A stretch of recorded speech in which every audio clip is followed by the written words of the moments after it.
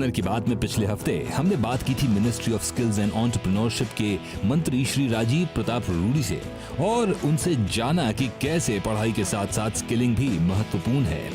आज हम देखेंगे कैसे भारत सरकार स्किल गैप कम करने के लिए कदम उठा रही है।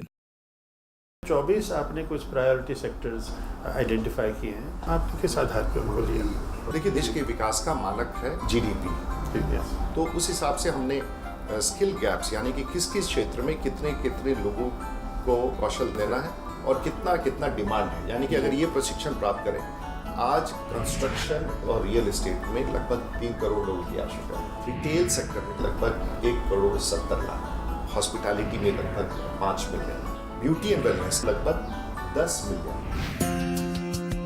आज जो आवश्यकता है कि हर 100 व्यक्ति जिसे प्रशिक्षण दिया जाना है उसमें मात्र 30 व्यक्ति है जो खुद के पैसे देके अपना ट्रेनिंग करा सकता है, लेकिन 70 लोग ऐसे हैं जिसको सरकार को देखना हो। और एक व्यक्ति पर औसतन जो खर्च है लगभग 20,000 रुपये का, तो 1 लाख सवा लाख करोड़ के आसपास प्रत्येक वर्ष की आवश्यकता है। सरकार कुछ करेगी, प्राइवेट सेक्टर को आना है, इंडस्ट्री को आना है।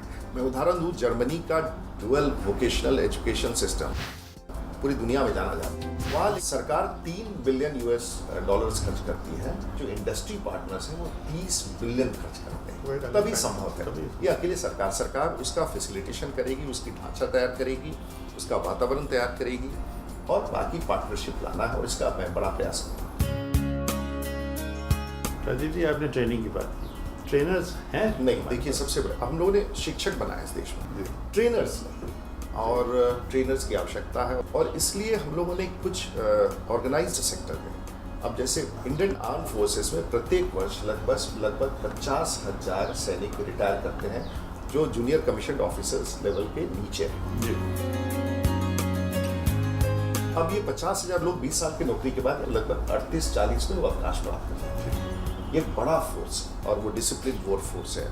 आर्म फोर्सेस के साथ हमारा एक बड़ा समझौता हो रहा है कि जो उनका 20वां वर्ष है अवकाश प्राप्त करने का, उस 20वें वर्ष में हम उनको पूरा वर्ष उपयोग करें, उनको किस किस क्षेत्र में उनको सर्टिफिकेट दें, ताकि जब वो बाजार में आए या तो ट्रेनर के रूप में आ सके, या उद्यमी के रूप में आ सके, एंटरप्रेन्योर के रूप में आ सके, या फिर खुद को अपने आप को रोजगार में डाल सके। ये जो विदेश में जो एक अलग परंपरा है, क्या हम उनको भी यूज़ कर सकते हैं, best practices of the world हमारे देश में लाने के लिए? उनसे पार्टनरशिप हो रहा है, और हमारे मंत्रालय के गठन के पश्चात ऑस्ट्रेलिया हुआ, जर्मनी हुआ, फ्रांस हुआ, यूके हुआ, चाइना में भी बड़े पैमाने पर अभी माननीय प्रधानमंत्री गए थे, उन्होंने उनसे एक समझौता किया है।